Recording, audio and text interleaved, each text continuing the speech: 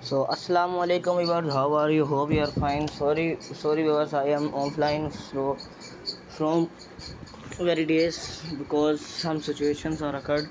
So please subscribe our channel and like this video.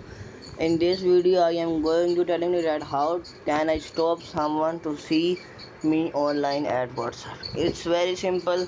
First of all, open WhatsApp, go to three dots and click settings. After go to settings, go to account and then go to privacy. After go to privacy, here last seen option, click it on it, and here everyone, click nobody.